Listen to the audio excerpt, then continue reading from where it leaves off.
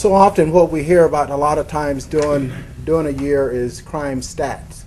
And the crime stats seem to be the barometer sometimes that people look at to determine how safe and secure their community is. When you look at total crime, and when I say total crime, that means Part 1 and Part 2s.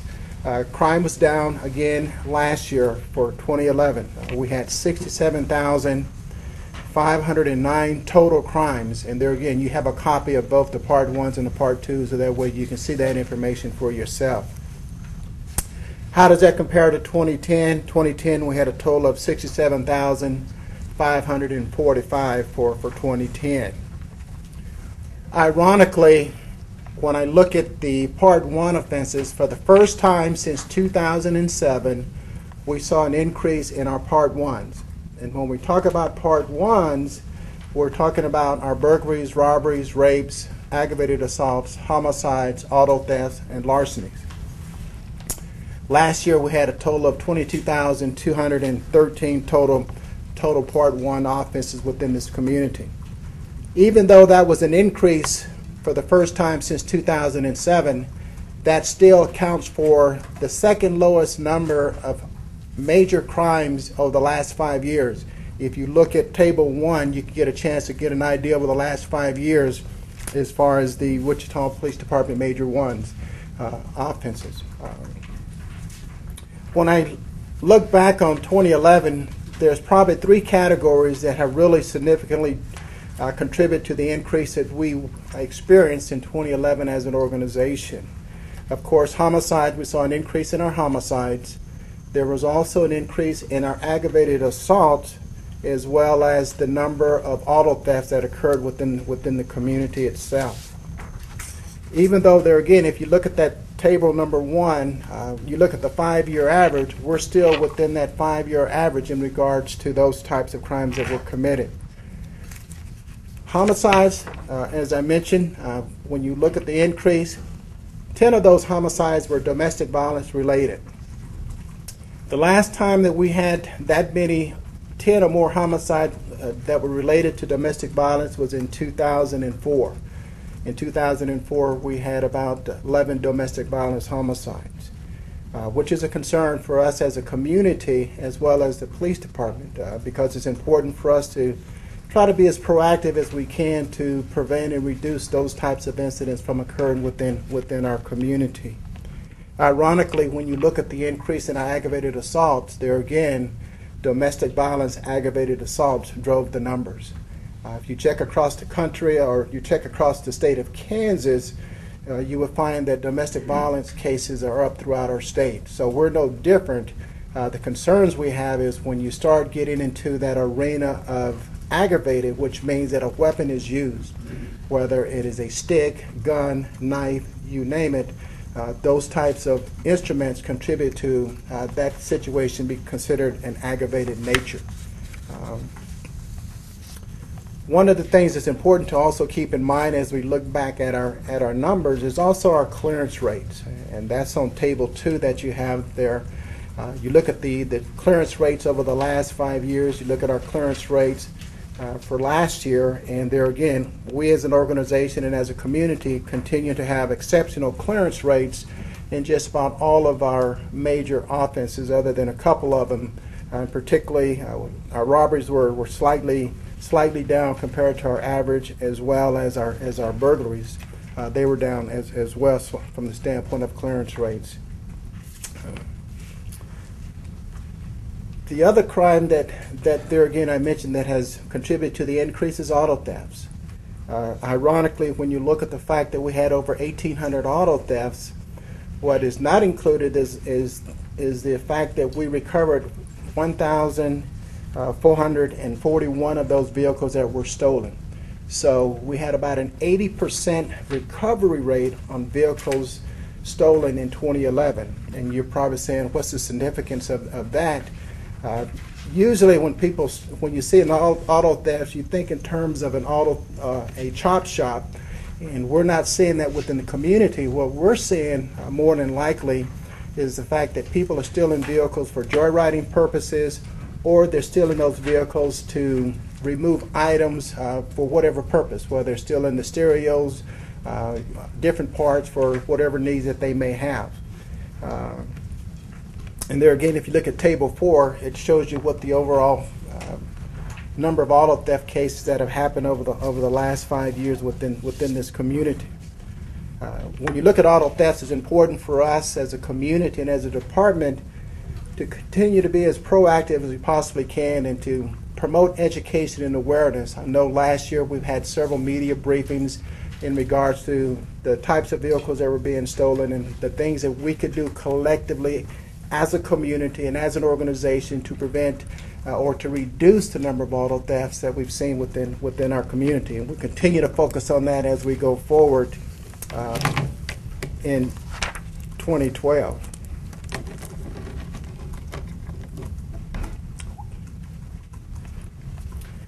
When you look at the clearance rates throughout the community, we can't help but continue to give recognition to the community because citizens have continued to be very active in reporting crime, providing us with information that leads to that crime being solved. The media has also been very key as far as the dissemination of information in a timely manner because when we give you descriptions and you get that information out, citizens come forward and they provide us with information that leads to that crime being solved. The other thing is when you have dedicated department members, and when I look at the men and women of this organization, they understand and believe in our goal, which is to make Wichita a safe and secure community. And that involves everybody working together. And so when you look at those clearance rates, it's not solely the Wichita Police Department out here solving crime, but rather it is truly a team effort of citizens, the media, law enforcement, our colleagues in law enforcement, everybody working together to make our community one of the safest communities within the United States. Gang suppression continue to be a priority for this organization. If you look at Table 5, the numbers really speak for themselves over the last 5 years. And if you look at those numbers, you see that gang incident crimes have continued to go down in significant areas. There again, because of a collective effort of not only the organization, but also the community as well as prevention organizations within the community helping us to get kids out of gangs, prevent kids from getting in gangs.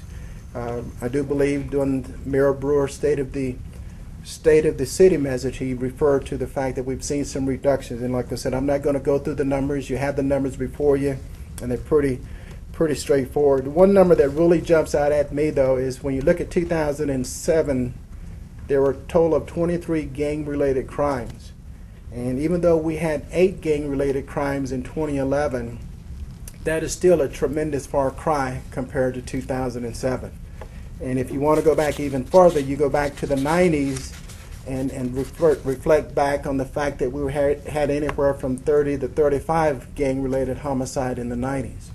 You look at our drive-by shooting numbers. We had anywhere from 240 to 250 drive-by shootings in a year's time in the 90s.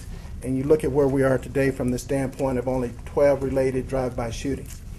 That is a reflection of what happens when we all work together for a common good, which is to have a safe and secure community. The other area that we've seen tremendous inroads is our traffic safety. Traffic safety continues to be a priority for this organization just as well as gang suppression. Last year we had 25 traffic fatalities, and of those 25 fatalities, I think 6 of them were DUI related, which there again was encouraging, the fact that we're seeing a decrease in our DUI related traffic fatalities. Last year, to the credit of the department members and their dedication, we arrested 22,282 DUI drivers, which was up compared to the year before when we had a total of 2,087 arrests. And so there again, the department members are really stepping to the plate. They realize that traffic safety not only impacts our community, but it also impacts us in law enforcement. Because when you look at one of the top reasons officers are killed in the line of duty, it's traffic related, whether it's a DUI or somebody running in the back end or running into an officer for a trooper that's writing a ticket. And so we continue to emphasize that type of information. There again, when you look at statistics, we have a tendency to look at statistics and say, well, you know, things appear to be going real good in the organization. But within our organization, we look at a lot of other things.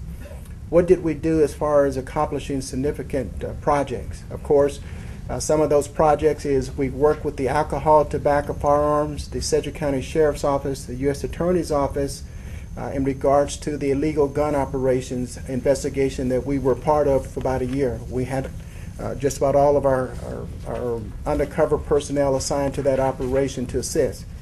As a result of that collective effort, there were 68 arrests made.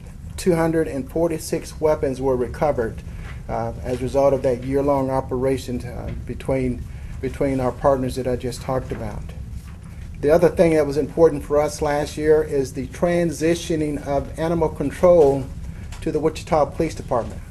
I view that as a historical accomplishment or historical transition because we've never had animal control as part of our operations until last year.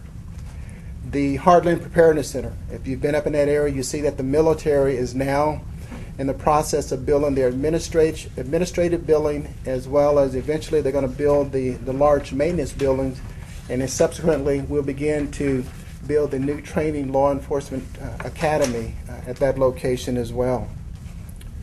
Last year, we continued to emphasize technology, our website as well as our social media.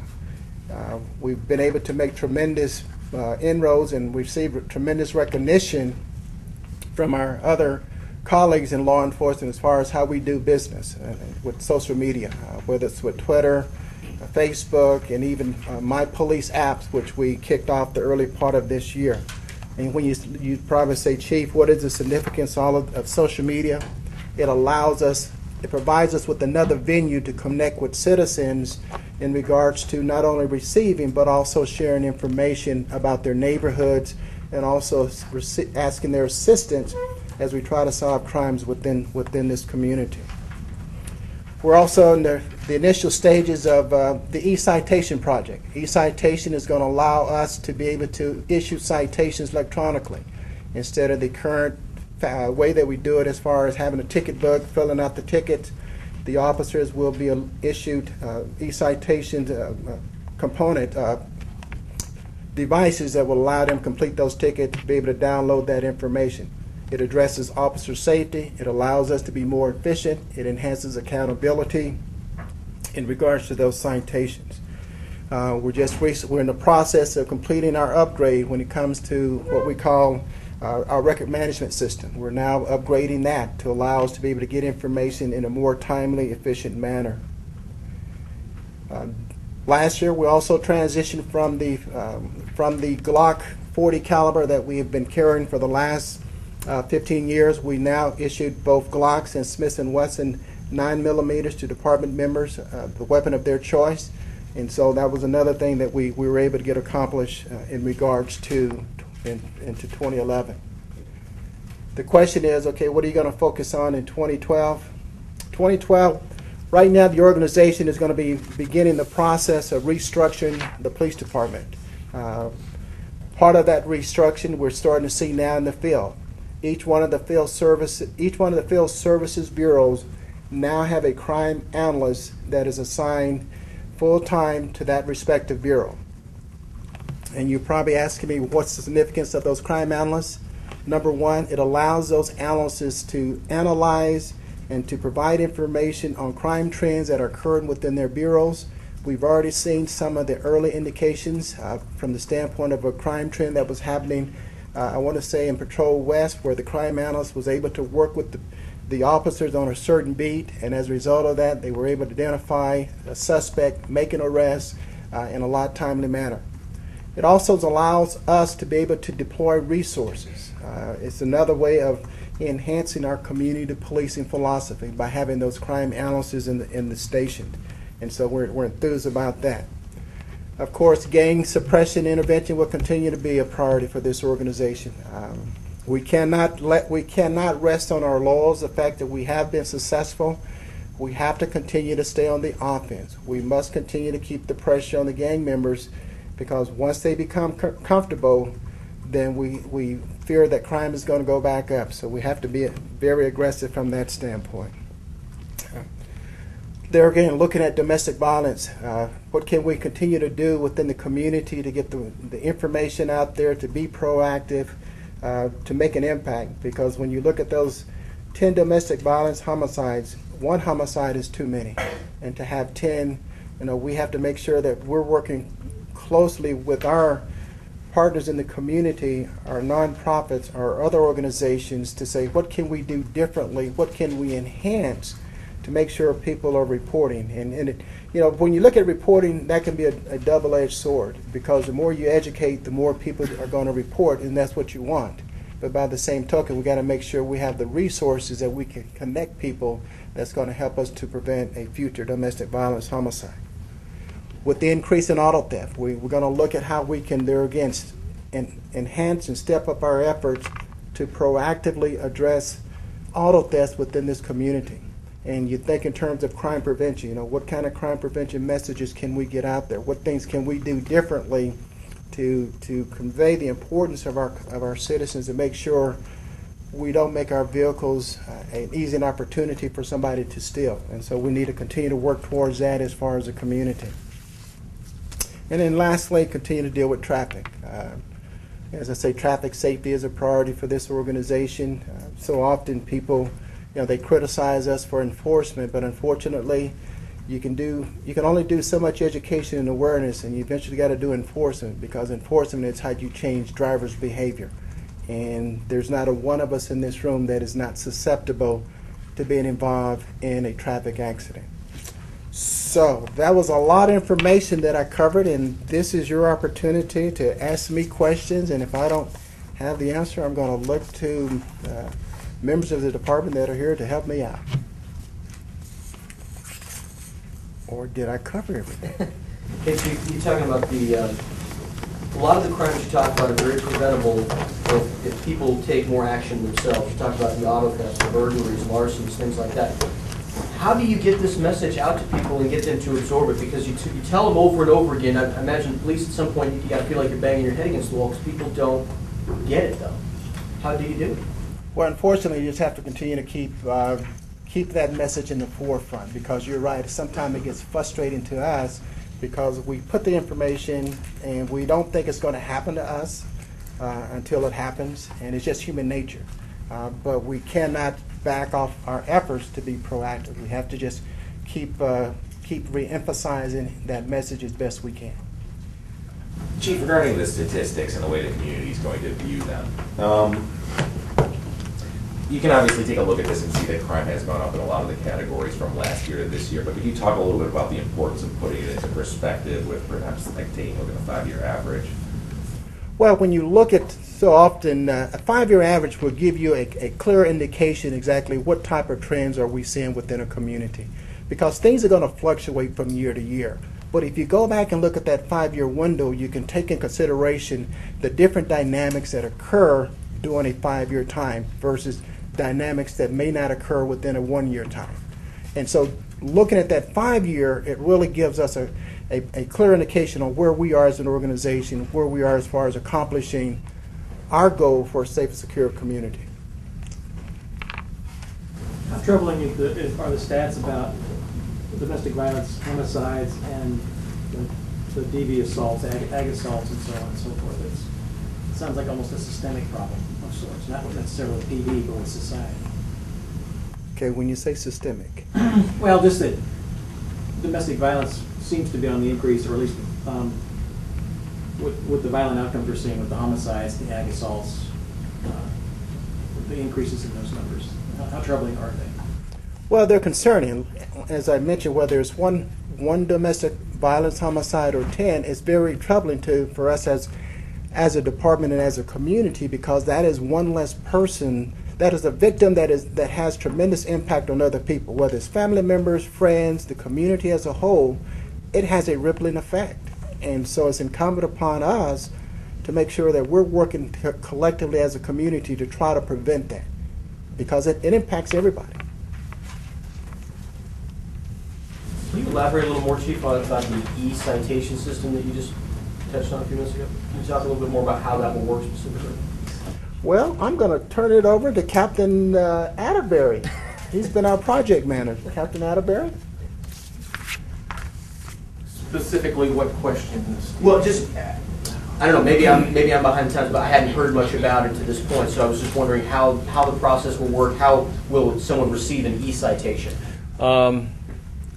Well, we're going to put software and hardware in the cars so that the officers can get a driver's license, swipe the driver's license, the mag code or the 2D barcode on the back, populate the citation, and then add the violations that that need to go on that citation.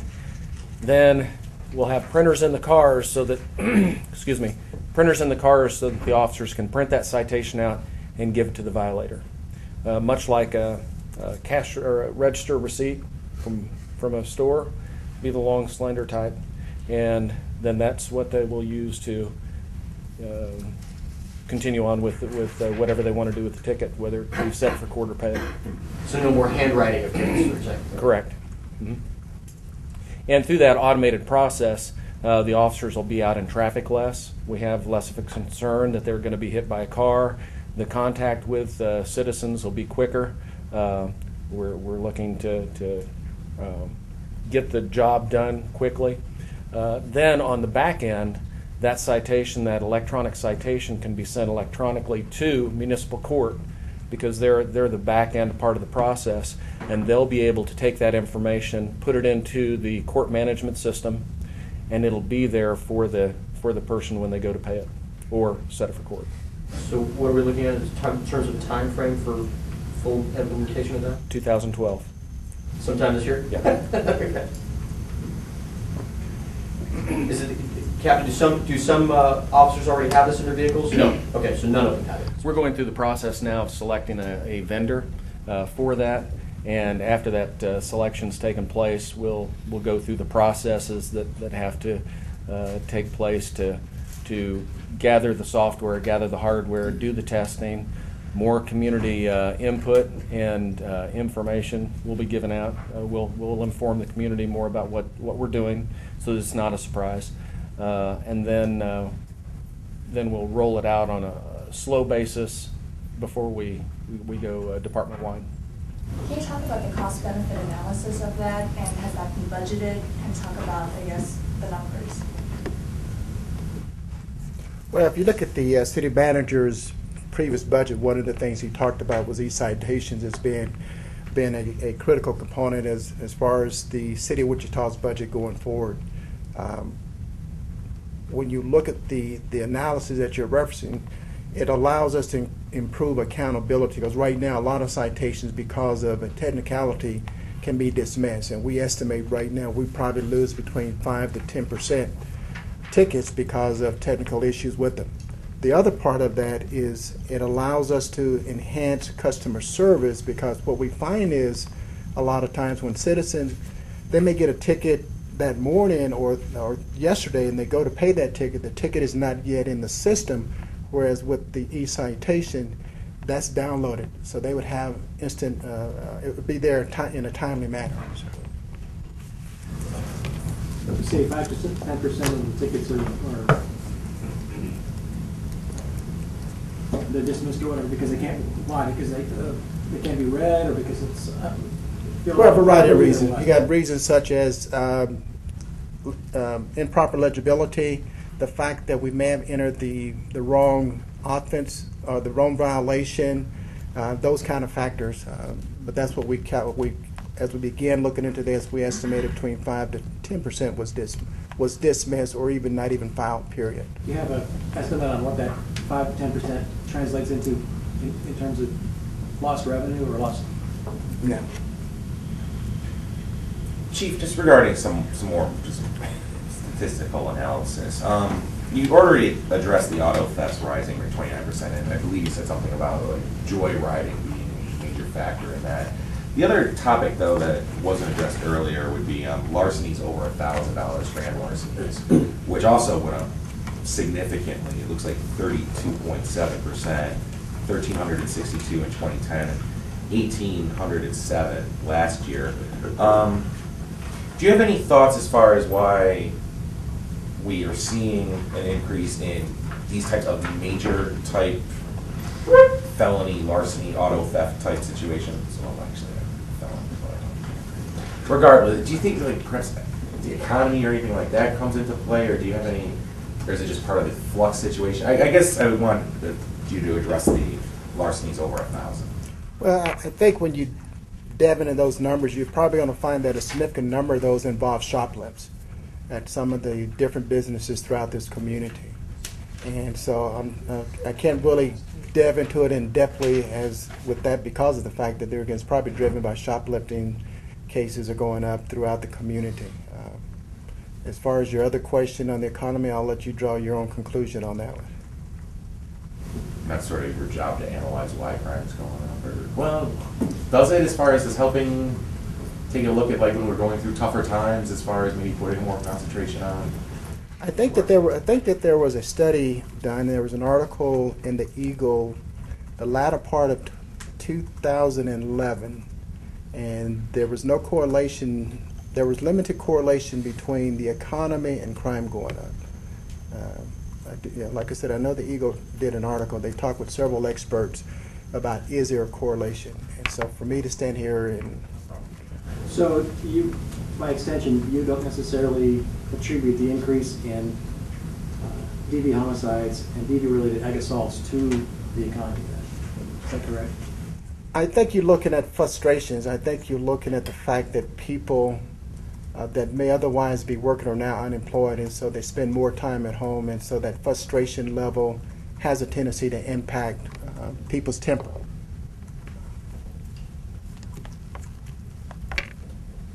One more question. Lieutenant Landwehr, did you want to respond to a DV question? Homicide? Yeah.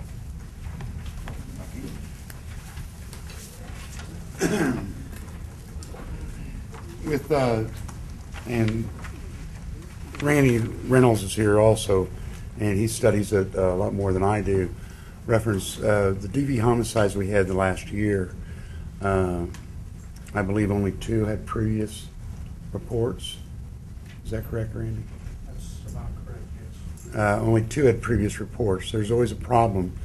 There's a history from talking to family members, friends, neighbors, that there were DV problems before with these individuals, but they were never reported to police, so we have very limited ability then to intervene before it becomes a violent act itself.